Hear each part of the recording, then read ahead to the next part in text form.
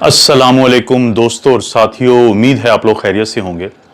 कल पाकिस्तान में एक ख़बर बहुत ज़्यादा सुनी गई और पढ़ी गई। वो ये थी कि जो चाइना की कंपनी है साइनोफार्म, तो उसने पाकिस्तान में जो कराची यूनिवर्सिटी है उसका जो international centre for chemical and biological centre है बेसिकली, और बायोलॉजिकल साइंसेज है, उसको ये कहा है कि वो उनके साथ मिलके पाकिस्तान में जो क्लिनिकल ट्रायल्स हैं वैक्सीन के वो शुरू करना चाहती है या वो कर रही हैं।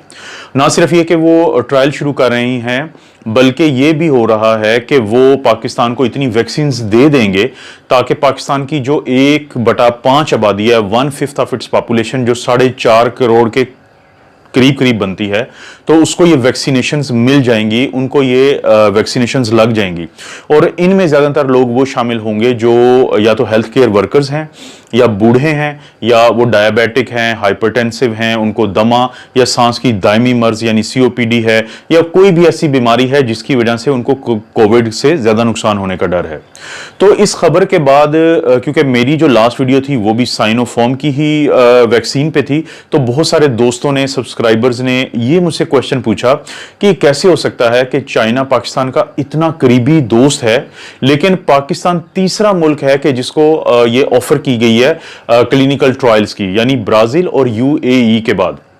क्योंकि ये तो बहुत मशहूर जुमला है कि पाकिस्तान और चाइना की दोस्ती हिमालय की पहाड़ियों से ऊंची और बुहेराए अरब की गहराइयों से गहरी है। तो फिर ये कैसे मुमकिन है कि पाकिस्तान को चाइना निगलेक्ट करेगा? तो दोस्तों, आप लोगों को हैरानी होगी ये सुन के कि जो मैं बात आपको बताने लगा हूं ये खुद में एक स्कैंडल है। वो स्कैंडल इस तरीके से है कि जब अप्रैल के वस्त में, in the middle of April, China की इसी कंपनी ने पाकिस्तान में एक इदारा है जो इस्लामाबाद में बेस करता है, उसका नाम है नेशनल इंस्टीट्यूट ऑफ हेल्थ, और ये पाकिस्तान में जो फेडरल गवर्नमेंट है, जो फेडरल जो मिनिस्ट्री है हेल्थ की, ये उसके अंडर आता है, एक ऑटोनोमस इदारा है।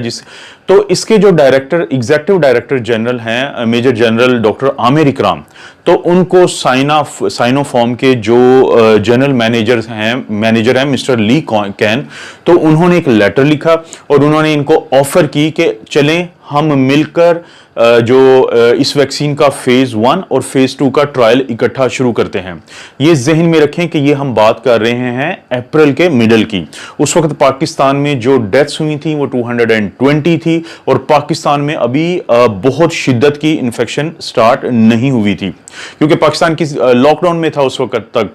तो उन्होंने ना सिर्फ ये कि NIH के डायरेक्टर को ऑफर की, बल्कि पाकिस्तान में एक प्राइवेट प्रोजेक्ट है जिसको हम कहते हैं हेल्थ बी प्रोजेक्ट्स के नाम से। आप सब लोगों ने मुझे यकीन है कि सर्वेड फार्मेसीज जो हैं उनके नाम सुने होंगे। ये बुनियादी तौर पे उनके साथ एक एफिलिएटेड प्राइवेट फर्म है। तो ये एक जो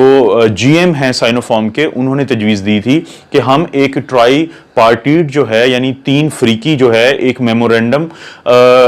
ऑफ अंडरस्टैंडिंग जो है वो साइन करते हैं, ताकि ये जो बड़ी सेंसिटिव इंफॉर्मेशन होती है जो वैक्सीन के बारे में, वो पाकिस्तान को देना चाहते थे, ताकि चाइना और पाकिस्तान मिलकर क्लिनिकल फेज 1 और फेज 2 का ट्रायल शुरू करें।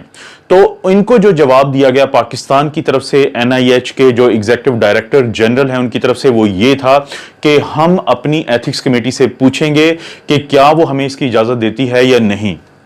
तो दोस्तों, आप ये जहन में रखें कि अगर आप में से वो तमाम लोग जो गूगल को ब्राउज कर सकते हैं, जो पढ़ने लिखने वाले लोग हैं, वो ब्राउज करेंगे, और मैं आपको पीछे ये दिखा भी रहा हूं कि उसी वक्त हमारा जो पड़ोसी मुल्क है, जब उसको पता चला कि पाकिस्तान को ये ऑफर हुई है चाइना की तरफ से, तो उनके मीडिया में एक तूफान आ गया। उन्होंने ये कहना शुरू कर दिया कि चाइना पाकिस्तान को अपना मुलाजिम समझता है, चाइना पाकिस्तान को अपना गुलाम समझता है, और चाइना जो है वो पाकिस्तान के लोगों को एक एनिमल जो होते हैं एक्सपेरिमेंटल या गिनी पिग्स हैं, उनके तौर पे इस्तेमाल करना चाहता है। और बहैसियत पाकिस्तानी, मुझे और आपको भी पता है कि हमारी खैर में, हमारी खुशी में किसी भी तरह हमारा ये हमसाया खुश नहीं हो सकता।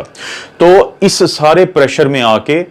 जो पाकिस्तान का वो इदारा था, वो ये फैसला ही नहीं कर सका कि पाकिस्तान में ये फेजे जो क्लिनिकल ट्रायल्स हैं ये अप्रैल के मिड में स्टार्ट किए जाएं, जिसका आज हम नतीजा भुगत रहे हैं। चाइना में अप्रैल के वस्त में जो लोगों की डेथ्स हुई थी वो थी 4000 प्लस, यानी आप समझें कि 4200 होंगी, और आज के दिन तक जो चाइना में डेथ्स हो चुकी हैं वो 4600 है। उसके मुकाबले में पाकिस्तान में जो उस वक्त की डेथ्स थी वो थी 220, और वैक्सीन के ट्रायल ना होने की वजह से एक तो हमें ये नुकसान हुआ कि आज हमारे मुल्क में जो लोगों की हलाकतें हो चुकी हैं वो 6161 हैं। और दूसरा ये है कि आज जब पूरी दुनिया जैसे कि यूएई और ब्राजील है वो बहुत खुशी जो साइनोफार्म की वैक्सीन के क्लिनिकल फेज ट्रायल 3 में एंटर हो चुके हैं in the middle of July, तो आज हम पाकिस्तानियों को चाइना ने एक दफा फिर ऑफर की है कि आप फेज 1 शुरू करें और हम रैपिडली आपको फिर फेज 3 में ले जाएंगे। और